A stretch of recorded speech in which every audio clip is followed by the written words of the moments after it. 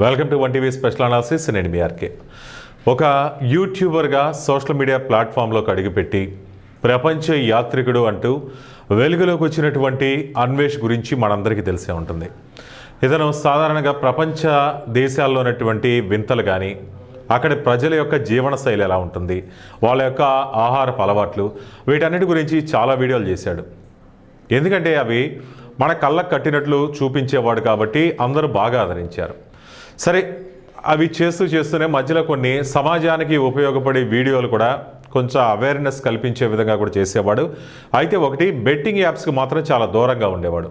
వాటిని ప్రమోట్ చేసే ఇన్ఫ్లుయెన్సర్లను కూడా టార్గెట్ చేసి అప్పట్లో కాస్త పాపులర్ అయ్యాడు.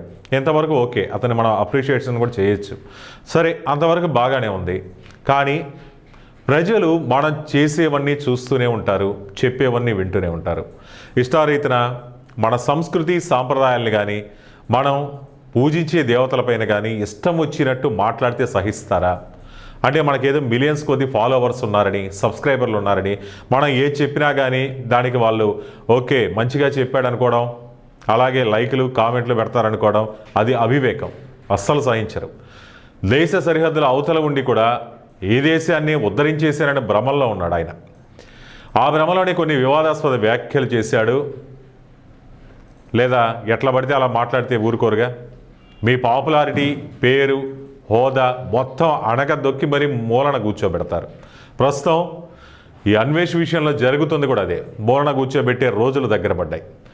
ఎందుకు ఏంటి అనేది చూస్తే, ఈ మధ్య కొన్ని రోజులుగా శివాజీ ఇష్యూ గురించి మనకు తెలుసు ఎంత వివాదం అనేది. ఆడవాళ్ళ వస్త్రధారణ గురించి ఆయన ఒకటి రెండు మాటలు తప్పుగా మాట్లాడితేనే ఏ విధంగా ఆయన్ని నెగిటివిటీ మూట కట్టుకున్నాడు కొన్ని రోజుల పాటు. ఆ తర్వాత కొంతమంది పాజిటివ్గా తీసుకున్నారు, కొంతమంది నెగిటివ్గా తీసుకున్నారు. సరే, అదంతా ఇచ్చేస్తే ఇప్పుడు ఈ ప్రబుద్ధుడు, ఈ అన్వేష్ ఈ అంశంపై కొన్ని దరిద్రమైన వీడియోలు చేస్తూ కొన్ని కామెంట్లు కూడా పెట్టాడు.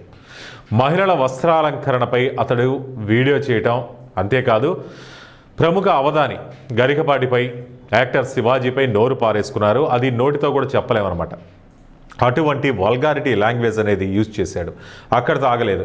మనం ఆరాధ్యంగా భావించే ఆడవాళ్ళందరూ కూడా ఒక రోల్ మోడల్, అమ్మాయి అంటే ఇలా ఉండాలి అనేటటువంటిది మన సీతాదేవి గురించి వింటూ ఉంటాం పురాణాల దగ్గర నుంచి ఈ రోజు దాకా కూడా. అటువంటి సీతాదేవి గురించి, అలాగే ద్రౌపది గురించి మాట్లాడుతూ పురాణాలని ఈయనకు అనుకూలంగా వక్రీకరించేశాడు. హిందువుల పట్ల అనుచిత వ్యాఖ్యలు చేశాడు. ఇవన్నీ మన భారతదేశంలో పుట్టిన ఈ వెధవ ఇలాంటి వ్యాఖ్యలు ఎలా చేస్తాడు? మరి అది విన్న భారతీయులు ఊరుకుంటారా? భారతదేశ సాంప్రదాయాలను పాటించే దేశ విదేశీ ప్రజలు కూడా ఒక్కసారిగా బ్యాక్ ఫైర్ అయ్యారు అతని మీద. దెబ్బకు మొత్తం అన్వేష్ సీన్ మొత్తం మారిపోయింది. గట్టి దెబ్బ పడింది ఆ అన్వేష్కి. నోటి దూలతో నష్టపోయిన అన్వేష్ను మేము వదలం. అతను మాట్లాడిన మాటలు, చేసిన కామెంట్లు ఒక్కొక్కరికి ఒళ్ళు మండిపోయే అనడంలో అస్సలు సందేహం లేదు. నా అన్వేషణ యూట్యూబ్ ఛానల్కైతే రిపోర్ట్లు కొడుతున్నారు, అన్సబ్స్క్రైబ్ చేస్తున్నారు, ఫాలోవర్లంతా అన్వేష్కి దడబుట్టిస్తున్నారు. నిన్న ఒక్కరోజే దాదాపు 10 లక్షల మంది అన్ఫాలో చేశారట. అతనిపై అంతటి నెగిటివిటీ మూట కట్టుకున్నారు. ఇన్నాళ్ళు సంపాదించుకున్నటువంటి పేరు కానీ ఇవన్నీ కూడా ఒక్కరోజుకి మటాష్ మొత్తం పోయినాయి. అన్వేష్ చేసిన కౌంటర్లు, సెటైర్లు, జోకులన్నీ కూడా ఇప్పుడు అతనికే బ్యాక్ ఫైర్ అయినాయి. సోషల్ మీడియా యూజర్లు అయితే అతన్ని ఫాలోవర్లంతా కూడా తిట్టకుండా తిడుతున్నారు. ఇదేం పోయే కాలం అంటూ తిడుతున్నారు. శివాజీ వ్యాఖ్యలపై అన్వేష్ రియాక్షన్ వీడియో ఎంత నెగిటివిటీ మూట కట్టుకున్నాడు. సరే, ఏదన్నా కానీ అతను తప్పు చేశాడు కాబట్టి, ఇతని దృష్టిలో అతను చేసింది తప్పు అనిపించింది కాబట్టి అతని వరకు టార్గెట్ చేసి అతన్ని మాట్లాడాలి. అంతేగాని పురాణాలని వక్రీకరించి చెప్పడం అనేది ఏంటి? అసలు ఏ పురాణం చదివావు? ఎక్కడ ఏ పురాణం తెలుసు? ఏ గ్రంథాలు చదివావు నువ్వు? ఇంతగా వక్రీకరించావు. ఆల్రెడీ అయిపోయినటువంటి ఒక ఇష్యూ ఇప్పుడిప్పుడే దాని గురించి ప్రజలు ఇంకో టాపిక్కి వెళ్తున్నారు. అటువంటి ఇష్యూపై నువ్వు ఏ విధంగా రియాక్ట్ అవ్వడం కరెక్టా? మహిళల వస్త్రధారణపై యాక్టర్ శివాజీ చేసిన వ్యాఖ్యలు ఎంత దుమారం తెలుసు కదా. మరి దానిపై అతన్ని డైరెక్ట్గా విమర్శించకుండా ఇక్కడ దాకెందుకు? చాలామంది రియాక్ట్ అయ్యారు. ఎవరు లిమిట్ క్రాస్ చేయలేదు. శివాజీ వ్యాఖ్యలు తప్పు అన్నారు, లేకపోతే ఒప్పు అన్నారు. అంతేగాని తమ లిమిట్ క్రాస్ చేయలేదు, అసభ్య పదజాలం దూషించలేదు. మరి యూట్యూబర్ అన్వేష్ మాత్రం శివాజీకి కౌంటర్ ఇవ్వాలనుకున్నాడు. ఇవ్వచ్చు కౌంటర్, తప్పేం లేదు. కానీ దానికోసం నువ్వు చేసినటువంటి వీడియో తప్పు.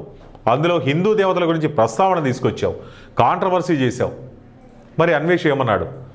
అసభ్య వ్యాఖ్యలతో వివాదంలో అన్వేష్ అతన్ని అరెస్ట్ చేయాలని ఇప్పుడు ఒక తెరపైకి ఒక డిమాండ్ వచ్చింది. విదేశాల్లో, దేశ విదేశాల్లో ఎక్కడున్నా కానీ అతన్ని పట్టుకొని తీసుకొచ్చి లోపల వేసి మరీ శిక్షించాలి.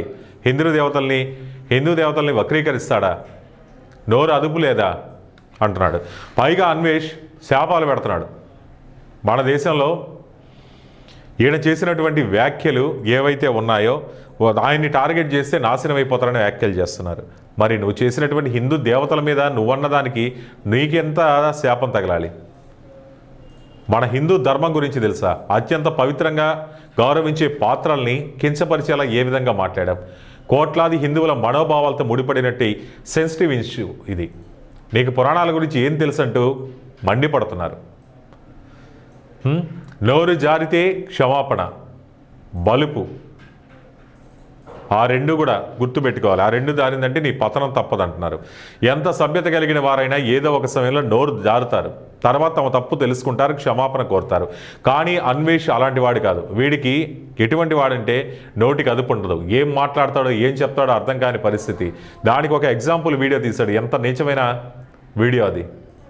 మరి అటువంటి వాడిని ఏ విధంగా క్షమిస్తారు? అన్వేష్ ఈ ఎపిసోడ్ నుంచి మిగతా వాళ్ళకు కూడా కొన్ని గుణపాఠాలు నేర్చుకోవాలి.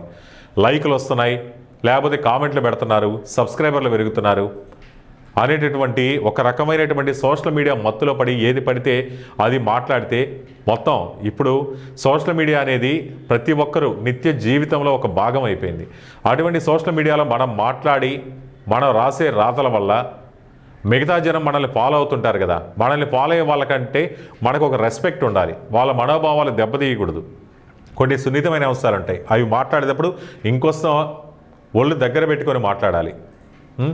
ఏమన్నాంటే ఒక 10,000 లైకులు 1,00,000 వ్యూస్ రాగానే ప్రతి ఓడు హీరో అనుకున్న ఫీలింగ్లోకి వెళ్ళిపోతున్నారు. మిగతా వాళ్ళకంటే నేనే స్పెషల్ అనేటటువంటి భ్రమల్లో ఉన్నారు. అదే మాటలు అదుపు తప్పితే పడిపోతారు ఖచ్చితంగా.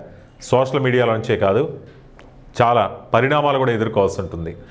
అందలం ఎక్కించిన జనమే తలపొగరు ఎక్కువైతే కిందకి దించేస్తారు.